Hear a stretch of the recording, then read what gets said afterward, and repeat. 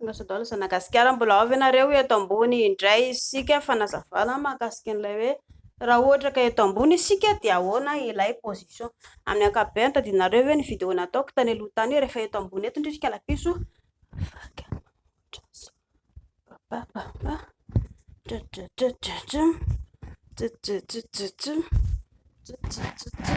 afaka manoatra izay dry izany io zao ndry zao raha manoatra ka manoatra an'izao hoe ato aoriana eto ramose afaka mipelipelika manoatra an'izao ndry azon'ny ramose ny eto amin'ny nono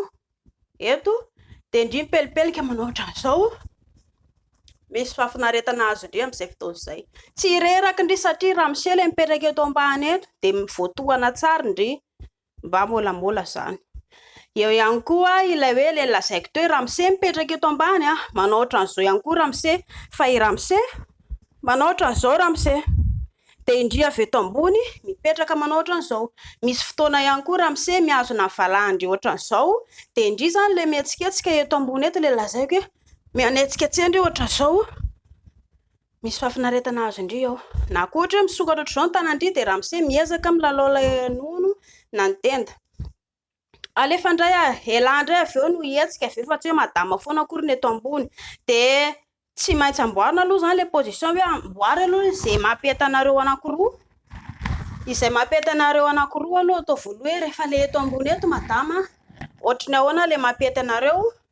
ilay madama mitonitra makary aoriana ve sa ilay madama ilay mipetraka manoatra an'izao ve sa i madama ilay somary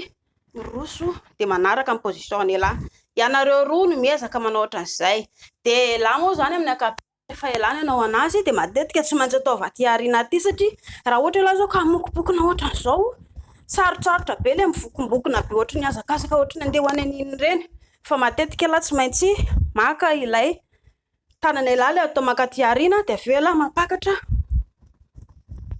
miakatra midina ohatr'izao dia anjarandry ihany koa zao rehefa ilay hoe mampakatra ohatra an'izay ramose dia anjarandry avy eo no miandry na zay mampetany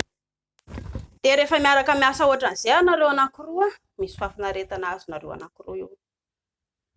Amin'ny ankapobeny ihany koa ny lehilahy mahay zay lahy mikitikitika tsara ny vehivavy ilain'ny vehivavy zany ilay tanany elahy mandehandeha ny rehetrarehetra ny fe